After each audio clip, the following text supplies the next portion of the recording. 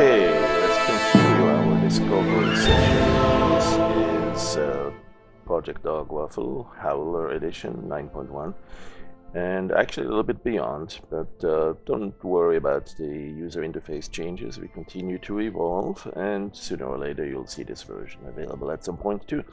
This is what you want to check. Do you have version 9.1, you would say.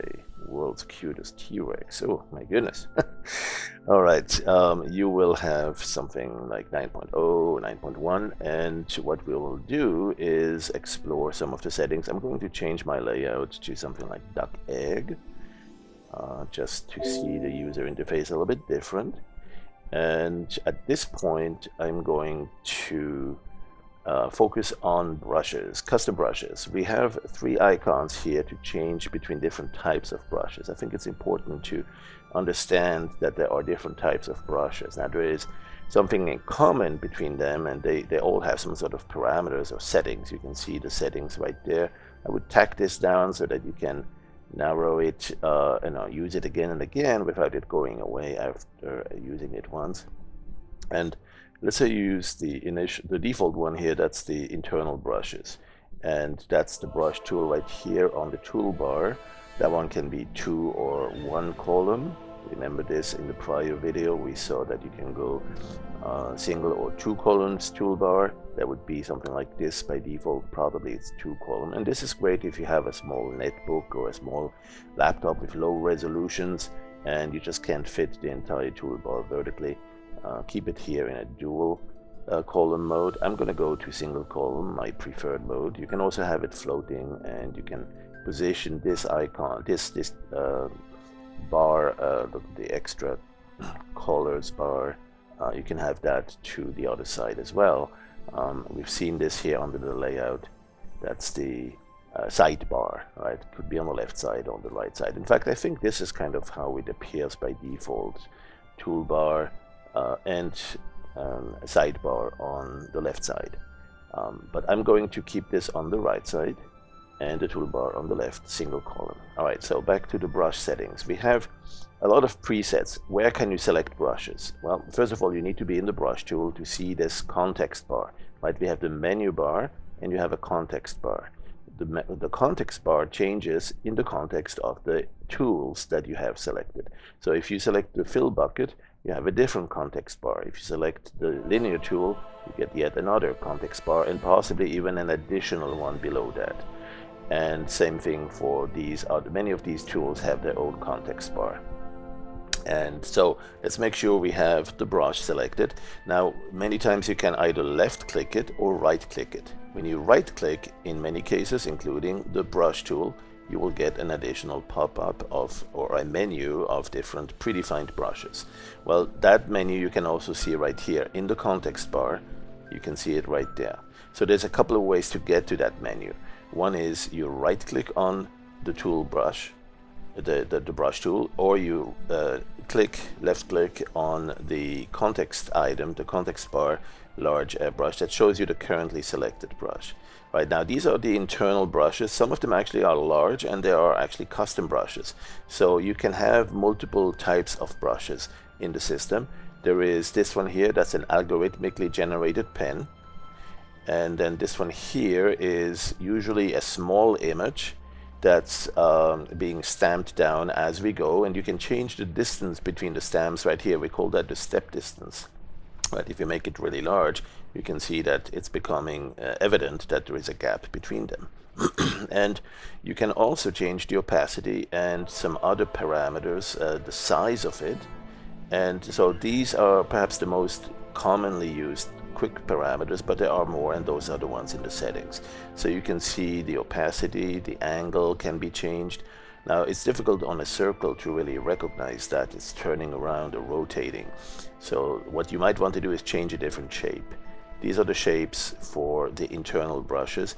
And for instance, if you take something that's not symmetrical, something like this twig here, right, then you can tell if you rotate it and perhaps change the size to its maximum, 100%.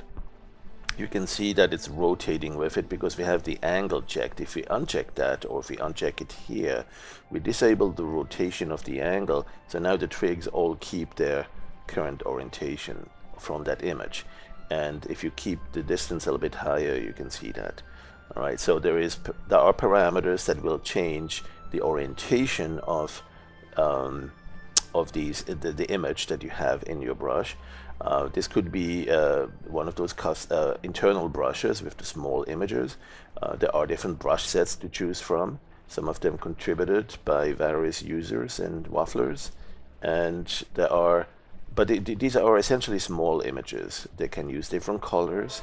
They can also change color across. So you can have, for instance, if you use something like this here and you want the random hue, you want the hue to change randomly, now it's going through different colors as you paint, right? And let's keep the step distance really small, and now you can see it's basically creating sort of a worm or a snake that's changing colors all along.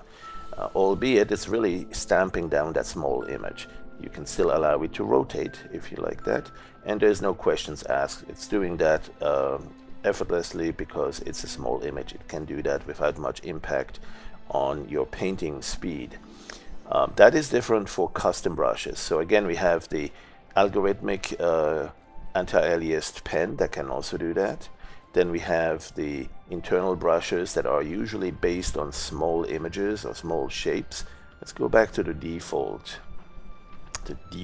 And this one here, I think that's the default brush used by the airbrush. If you look here, you've got airbrush, large airbrush, that's the default one. Right, so you notice this time it didn't just change the shape, it also changed the color. It's back to plain green, whatever the primary color is. How come it's not changing randomly? Well, when you select some of these here, you're not changing just the image shape like one of those. You're also changing all sorts of parameters.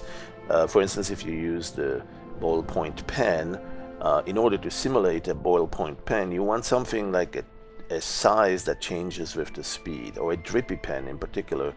Let's see the pen. Here's a drippy pen. There is a parameter called random size. There's not much room here, so if we abbreviate it, random size, rand size, right? That one's not 6. That one's a 6 now, not 0 anymore. And that means if you go fast, or actually even regardless of the speed, it's just randomly changing the size. Let's set the size, the maximum size, a bit bigger, and as you're painting you can see it looks kind of like a dirty pen or a noisy one. That's because it's randomly changing the size. If you were to increase the step distance, you would see that these dabs are not all at the same size. There you go. Let's make them bigger even, so we can see that even more. And so there you go. Now the size changes also because of the pressure that I'm applying. So there's a lot of different things that can affect your painting, your brush stroke. The appearance of that. You have random size, and so you have random position. Right now I'm using random position, and so it's randomly putting those dabs down fairly far away from my actual brush stroke. Right? If I have random position at 0, it's going along that path that I'm painting. Let me do that in one color, such as bluish, or if I may. There you go. So if I'm doing something like this, you can tell it went exactly along my path, although it changed color randomly, and that's the random size right here. I can even make it more pronounced. So there are some really small ones and some really fat ones, some big dabs. Random size, let's keep it a little bit less extreme. So random size, we have the mode also. It's the default mode can be that it's putting those colors on top of others that we may have had before, and it's hiding it. So if you zoom in here, you can tell that it's covering it up. Well, there are other modes. You can set the mode to be additive or subtractive, And so as you subtract, it gets darker and darker, but only on those RGB channels that we actually have in the brush. There are a lot of other options to play with, such as, let's go back to default here and set the step a little bit smaller. Random position now. So when we go with the random position, you can follow this path you already have here, but it's randomly painting around it.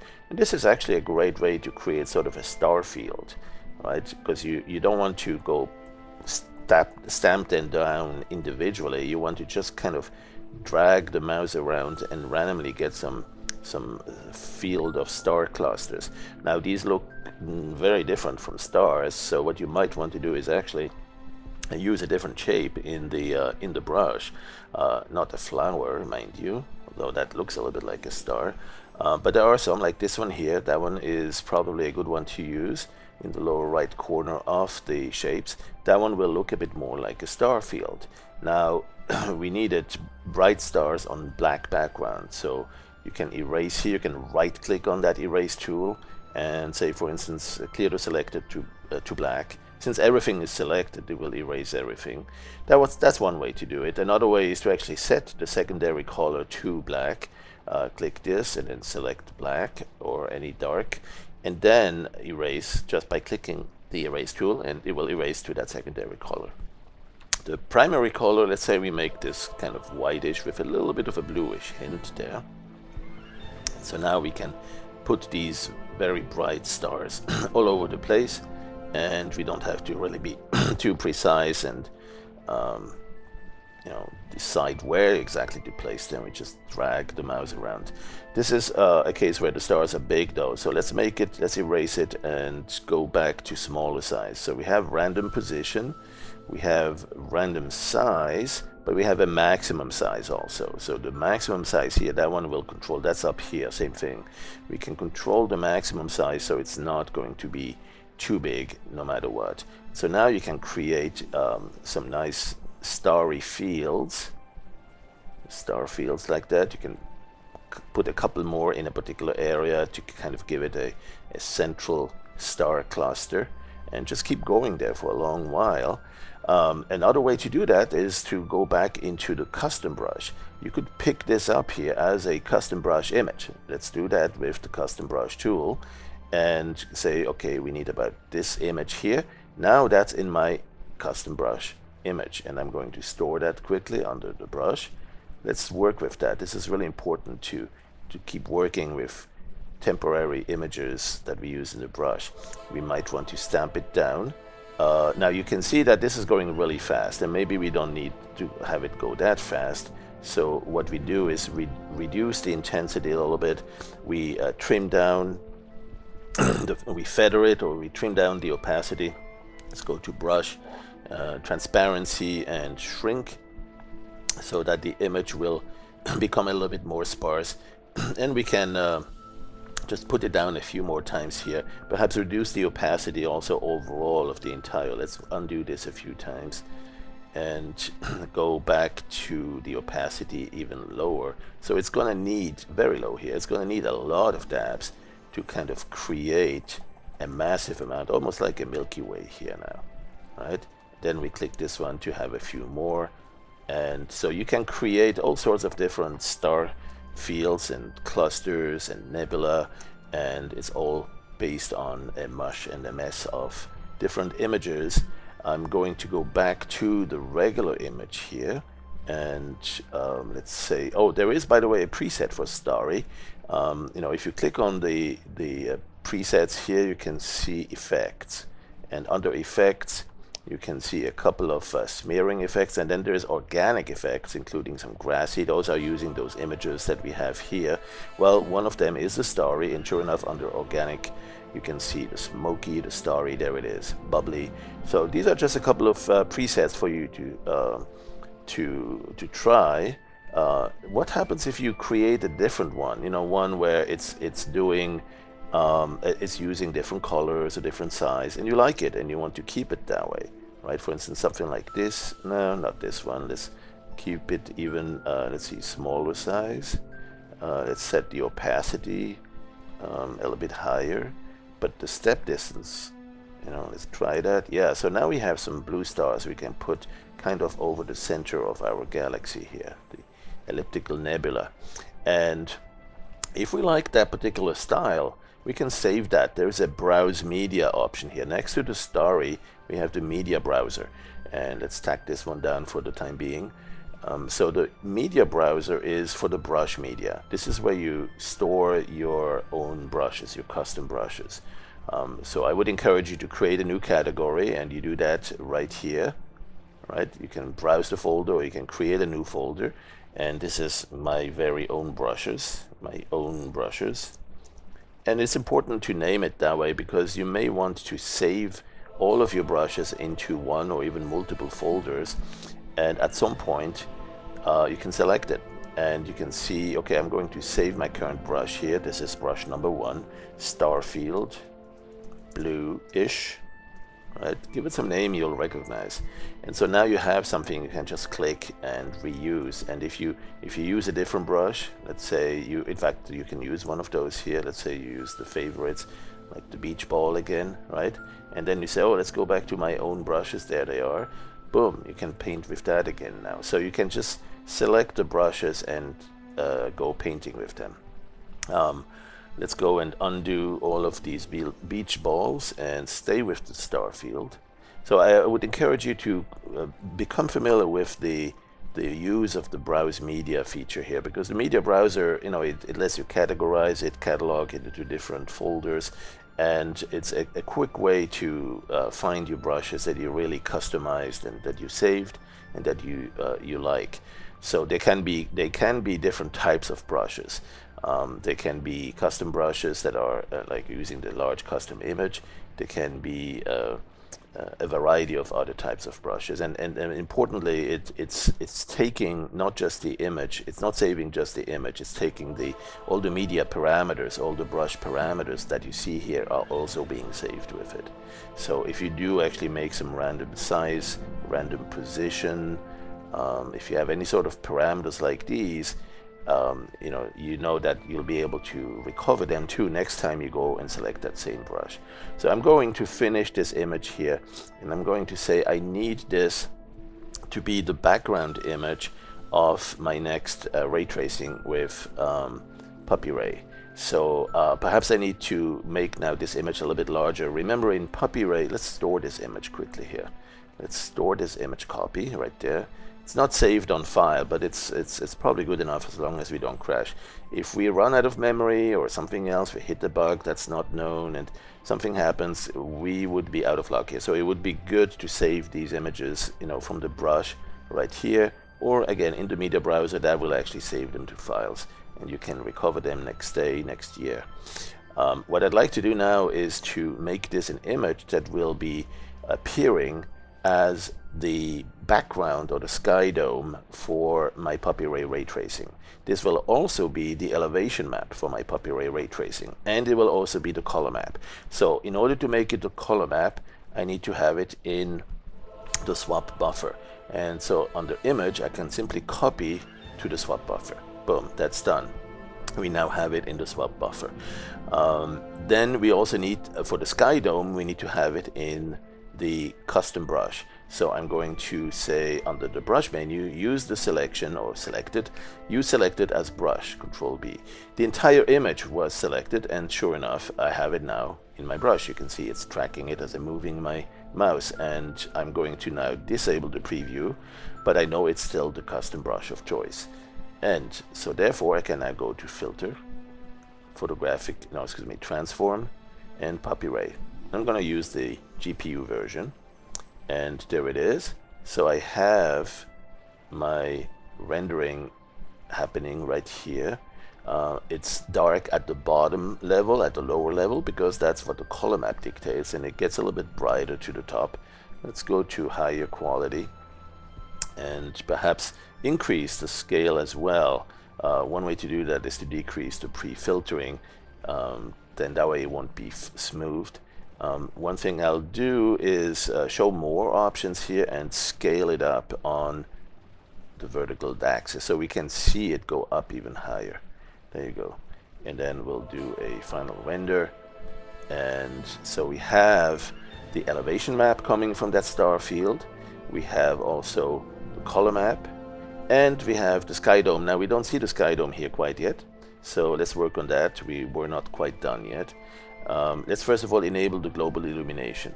When you do that, you can see a little bit of a light brightening effect. And one thing we can do is change the camera here. Let's go and make this less now. Change the camera to look up. We are still using the default sky here. Let's go to the skies and look at the red one, the sunset. Oh, that's beautiful. I remember we took that picture. Dan and I were at, what was it, Newport Beach, or no, further up north, Venice Beach. And it was one of those days where there was a lot of, there were some brush fires along Southern California, and we took the picture of the sunset that was totally submerged in the smog and the smoke, and it was quite dramatic looking, and it's just really beautiful now in this setting. What we want to do though is see if we can pick up our sky, and sure enough, here it is. Now there is a problem with that starry field sky. One of the problems is like it's distorted, it's stretched, and the reason is that we had a square image that we are now mapping onto the entire dome. Right, so that's not going to be perfect if we want those stars to remain little circles or little points instead of turning into flat lines. So we need to accommodate for that. Let's go and call it done for this. Let's undo and go back to that image. So what we need to do is essentially make this image more wide than it is high, because we have a total of 90 degrees from the horizon to the pole. That's a 90 degrees, but along the left to side or east to west direction, we have a total of 360 degrees.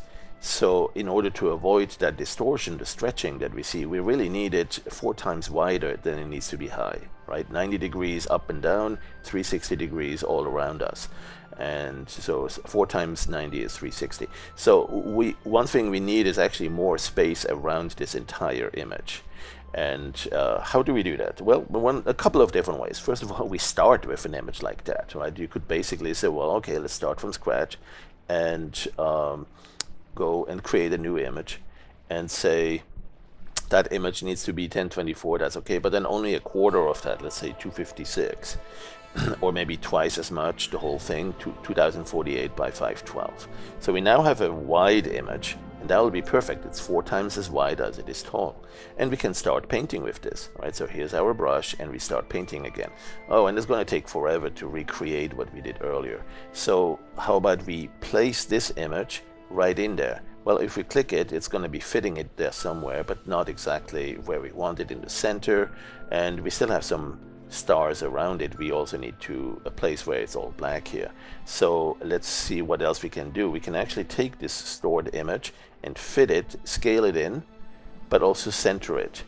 So we can go something like a paste image in the center.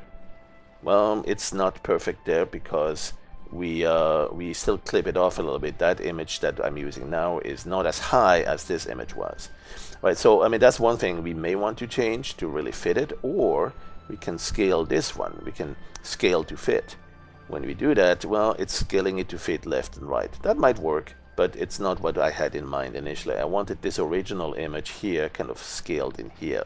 So there's other ways to do that, and one way really is to actually start from this. Let's do this. Let's go and replace the existing image and start from this original one. Let's get rid of the selection mask, the marching ants, and now simply expand some black around it, right? Instead of resampling the image, what we'll do is we'll change the image size. When you do that, you have a look here at what the image, where the image is right now is in the middle, and you can add to the left or to the right of it simply by changing the width, right? You leave the height to where it is, and you just make the width so much bigger. So what you could do, for instance, is what's that? 4 times bigger. It's about 4096, 96, right? And then that way we'll actually have so much more space left and right. Let's see. There it is, right? The image is still in the middle, and we now have a height which is a quarter of the width. Now we will probably still need a few stars around it, so we could go and grab, as a custom brush, we could grab this here. Let's go use the custom brush and do something like this here. Let's not go too close here, because we would start picking up some of the galaxy here. So let's grab just about this much here, and that could be our shortcut to create perhaps full size opacity, full opacity, and try, well, that's too much. Let's go and make it a little bit. Let's set the brush transparency, shrink it some more, and then opacity, let's give it actually a little, and make it the mode. Where's the mode? Make it additive, so it kind of keeps adding. And yeah, I have to paint a lot here because the opacity is so low here. So okay, well, that's going to add a little bit anyway. So we just want to see a little bit of star here. That's not the perfect way, you know. Ideally we'd actually have that initial brush, wherever was it, we could use that again. We could use this one here, the organic starry. Where's my starry? There it is. And start painting with that. That's too much. Let's make it smaller. Size small, opacity little, and see if that, yeah, that allows us to add a little bit of a background stars to the whole scene, right, and not have too much of it. And then that way the galaxy in the middle here will still keep the center stage and be the most appreciated detail in the image. Now we want it closer to the horizon. We want it kind of lower, right? So what's happening is that right now we have it in the middle, and that's stretching in the 3D rendering in Puppy Ray. It's going to go from the horizon at the bottom to the pole at the top. What I need to do is shift it down, because I want to make it look like this galaxy is kind of rising above the horizon. It's like a sunset or a galaxy set or galaxy rise. And so what I need to do is to shift it. Let's use the filter here, transform, and shift it down. All right, let's see what that does. And you know it's recycling it at the top, so that's good. We can darken it later. So we'll just go down a bit this much. We probably won't see the pole anyway at the top. And so now we have what we needed for our background sky. Right, and perhaps we'll do also one more thing, which is to add a little bright spot there. Let's go to this one here, right click on this is the effects tool, and there are some nova and lens flares. Let's get the lens flares and get one of those. There you go. Let's get one of those here. There you go. Don't make it too bright, but this will be a nice little addition as an image to be seen in the background. Right, let's go store this as an image, store image copy, and then also make this the brush. So select the whole thing, user selected as a custom brush. Don't need to see the preview, but now we go back to this image. This is the one we want to use for our elevation map. So replace the image, and there it is. Now we don't want to use it for the color map. It was too dark, so what I'm going to do is actually invert it.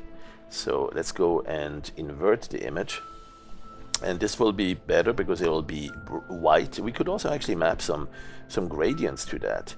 You know, perhaps let's go to the fill settings where we have access to the gradients, and we can see some gradients that look like earth colors here. Let's use one of those. I don't know which one. Let's use this one here. Okay, so there's and what we'll do is we now map that to the entire image. So filter, color, map to current gradient. So we have now kind of earth colors all over, and that we will load as the color map. So we'll copy that to the swap buffer. The color maps, the colors are taken from the swap buffer. Click on this. This is going to be the elevation map, and perhaps we want to make it seamless. We could do that. It's good enough. It's centered. It's pretty much dark on the edges. It's not going to suffer. We're not going to see a seam too much, I believe. Let's go make sure we clear the alpha. No need for a transparency on that. And now we can go to our Puppy Ray transform GPU, and we will have the combination of the right image.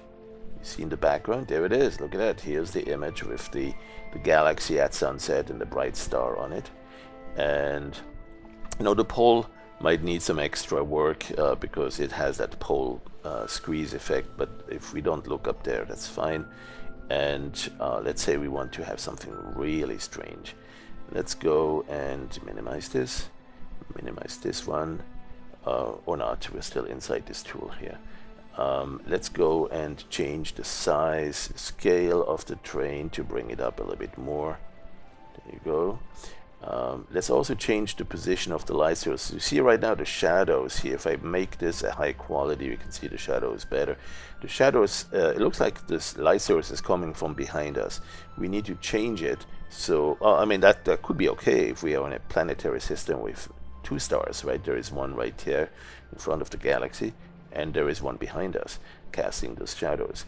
But I'm going to go to the light here and change the position of the light source until I have a feeling we have the light source actually coming from the direction of where that... you can see if I'm changing the position. There you go. Now we have the impression that this light is reflecting on the ground. It's casting the shadow.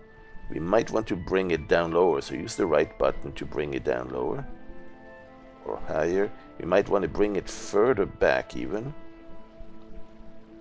a little bit further there, and make it better quality to really see the shadows better,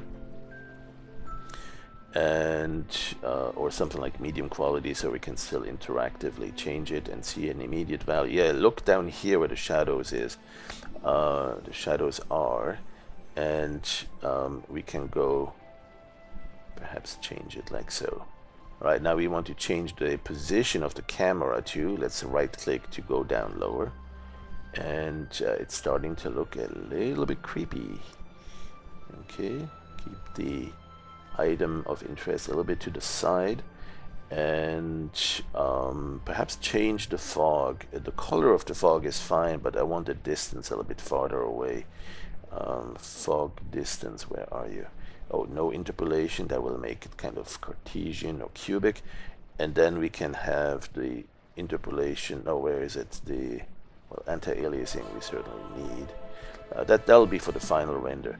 What I wanted is the...